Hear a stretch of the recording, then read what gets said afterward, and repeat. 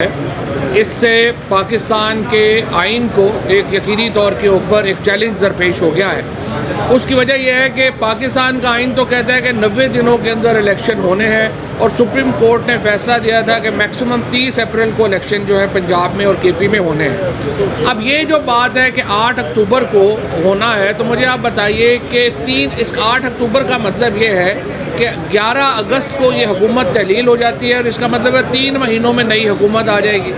पाकिस्तान में क्या मौजज़ा हो जाएगा 3 महीनों में कि ये जो सियासी जमातें हैं ये सियासत में भी वापस आ जाएंगी और हमारी मईशत भी ठीक हो जाएगी और हमारी सिक्योरिटी भी ठीक हो जाएगी।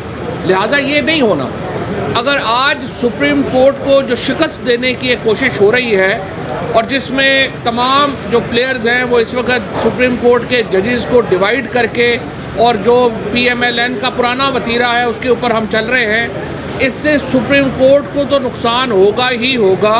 पाकिस्तान का आइन मुकम्मल तौर के ऊपर ख़त्म हो जाएगा। और इस वक्त मैं आपको बता दूं कि जो हम एक मावराए आइन निज़ाम जो एक बापर्दा चल रहा है उसको पर्दा भी हटाना पड़ेगा और मावराए आइन निज़ाम में ही हम चले जाएंगे, क्योंकि आइन तो 90 दिनों के बाद कोई हुकूमत तस्लीम नहीं करता और जो इस हुकूमत में होगा वो आर्टिकल 6 का मुर्तकिब होगा।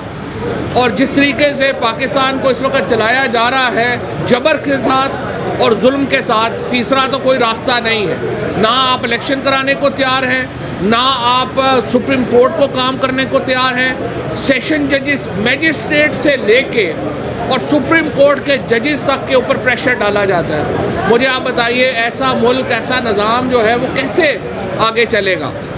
हम चीफ जस्टिस पाकिस्तान के साथ खड़े हैं, सुप्रीम कोर्ट के इदारे के साथ खड़े हैं। हम समझते हमारा कोई इफराद का मामला नहीं, आइन के साथ खड़े, सबसे पहले आइन के साथ खड़े हैं। हमारा कोई इफराद का मामला नहीं है। सुप्रीम कोर्ट के जजेस की अगर आपस में कोई इख्तलाफ है वो सुप्रीम कोर्ट का एक अपना मामला है, हमारा उससे ताल्लुक़ नहीं है। लेकिन हम हर उस एफर्ट को जो सुप्रीम कोर्ट को बतौर इदारा नुकसान पहुंचाएगी, हम हर उस एफर्ट को जो चीफ जस्टिस के ओहदे की तकरीब में कभी करेगी, हम उसके खिलाफ सीना सफर होंगे। अदालतों के अहकामात को रद्दी की टोकरी के तौर पे उड़ाया जा रहा है। आज आप देखिए हसन न्याजी की ज़मानत हुई कराची में, 15 मिनट के बाद उसके ऊपर एक और केस कर दिया गया। अभी तक जो है वो अज़हर मशवानी 7वें दिन हो गया है, अदालतें कह रही हैं उन्हें पेश करें, उन्हें पेश नहीं किया जा रहा। सुप्रीम कोर्ट के जो जजेस हैं उनके अहकामात जो है वो नहीं माने जा रहे। तो फिर पाकिस्तान को हम क्या चाहते हैं? हम क्या पाकिस्तान में एक सिविल वॉर लाना चाहते हैं? इस हुकूमत के हाथ में कुछ नहीं है। एक इंसिडेंट हो गया, हम पाकिस्तान एक बहुत बड़े बहरान का शिकार हो जाएगा। इससे बचने की ज़रूरत है। हमने बहुत ज़्यादा इस पर अपना किरदार इमरान खान ने, तहरीक इंसाफ ने, हमारी लीडरशिप ने इसमें अदा किया है। हम अभी भी अमन के रास्ते के ऊपर हैं। हम पाकिस्तान को आइन के रास्ते पे रखना चाहते हैं, लेकिन जाहिर है कि अगर आप एक हद से ज़्यादा पुश करेंगे मामला हमारे हाथ से निकल जाएंगे।